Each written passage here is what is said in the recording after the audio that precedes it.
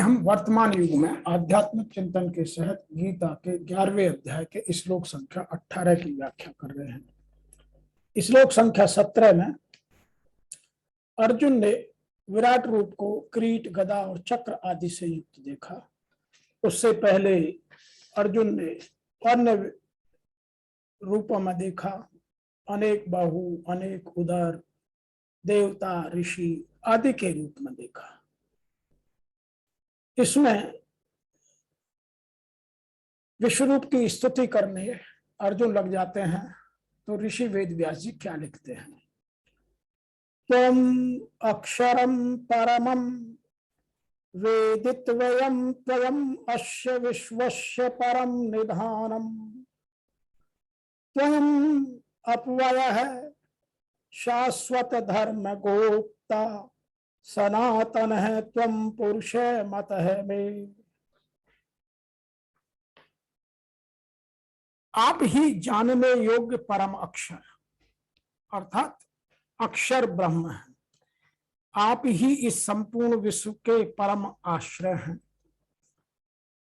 आप ही सनातन धर्म के रक्षक और आप ही अविनाशी सनातन पुरुष हैं, ऐसा मैं मानता हूं। यहां थोड़ी सी और विस्तार से बात करें तो यहां पर त्वम अक्षरम परम वेद वित्तम पदों से निर्गुण निराकार का और त्वमस्य विश्वस्य परम निधानम पदों से सगुण निराकार का और त्वम सात्व धर्म गोप्ता पदों से सगुण साकार का वर्णन हुआ है। ये सब मिलकर भगवान का समग्र रूप है, जिसे जान लेने पर फिर कुछ भी जानना शेष नहीं रह जाता। और यही बात गीता के 7वें अध्याय के श्लोक संख्या 2 में हम आपके साथ चर्चा कर चुके हैं। तो यदि इसकी सीधी व्याख्या की जाए तो आप ही जानने योग्य परम अक्षर अर्थात परम ब्रह्म परमात्मा है। आप ही इस जगत के परम आश्रय हैं।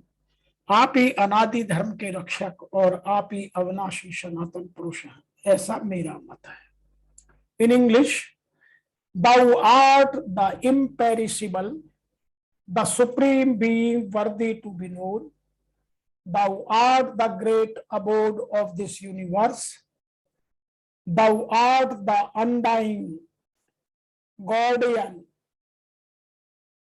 of the eternal dharma, guardian of the eternal dharma. Thou art the ancient Purusha ideal. Some people are describing little differently. They said, I have no doubt that you are eternal and supreme and the only thing worth knowing. You are the supreme refuge of this universe. You are the indestructible and original being, the upholder of ancient dharma. आइए अब इसकी थोड़ी सी आध्यात्मिक रूप से भी चर्चा कर ली जाए, जो बहुत आवश्यक है। यहां ऋषि वेदव्यास जी का कहना है, त्वम अक्षरम परमम वेदित वयम। वेदों, शास्त्रों, पुराणों, स्मृतियों, संतों की वाणियों, तत्वज्ञ जीव मुक्त महापुरुषों द्वारा जानने योग्य जो भी परमानंद स्वरूप अक्षर ब्रह्म है, जिसको निर्गुण निराकार कहते हैं, वो आप ही हैं। आगे लिखते हैं, त्वमस्य विश्वस्य परम निधानम। देखने, सुनने और समझने में जो कुछ संसार आता है, उस संसार के परम आश्रय, परम आधार आप ही हैं। जब महाप्रलय होता है तब संपूर्ण संसार कारण सहित आप में ही लीन हो जाता है और फिर महासर्ग के आदि में आपसे ही प्रकट होता है। इस तरह आप इस संसार के परम निधान अर्थात इन पदों से अर्जुन सगुण निराकार का वर्णन करते हुए स्तुति करते हैं। और आगे क्या कहते हैं, स्वयं शाश्वत धर्म गोप्ता, जब धर्म की हानि और अधर्म की वृद्धि होती है तब आप ही अवतार लेकर अधर्म का नाश करके सनातन धर्म की रक्षा करते हैं और पुनः उसकी वृद्धि में सहायक होते हैं। इन पदों से अर्जुन सगुण सकाकार सगुण साकार का वर्णन करते हुए स्तुति करते हैं। और आगे अव्यय सनातन स्वततम पुरुषो मतो में, अव्यय अर्थात अविनाशी, सनातन आदि रहित, सदा रहने वाले उत्तम पुरुष आप ही हैं, ऐसा मैं मानता हूं। तो यह कहकर अर्जुन भगवान की स्तुति करते हैं।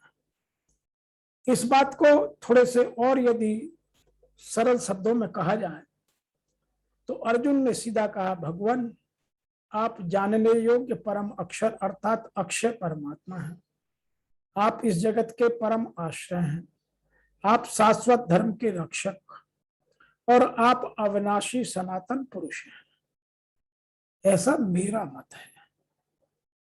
आत्मा का स्वरूप क्या है?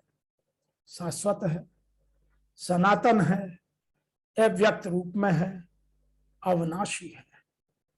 यहां श्री कृष्ण का क्या स्वरूप है? वही शाश्वत, सनातन, अव्यय, अविनाशी, अर्थात प्राप्ति के पश्चात महापुरुष भी उसी आत्मभाव में स्थित होता है। तभी तो भगवान और आत्मा के एक ही लक्षण वाले हैं। जो आत्मा के लक्षण है वही भगवान के लक्षण है, जो भगवान के लक्षण है वही आत्मा के लक्षण, क्योंकि आत्मा परमात्मा का ही एक अंश है। इस श्लोक में स्पष्टतः अर्जुन की स्तुति के माध्यम से ऋषि वेद व्यास जी ने लिखा है। कुछ लोग इसी श्लोक की व्याख्या और भी सरल तरीके से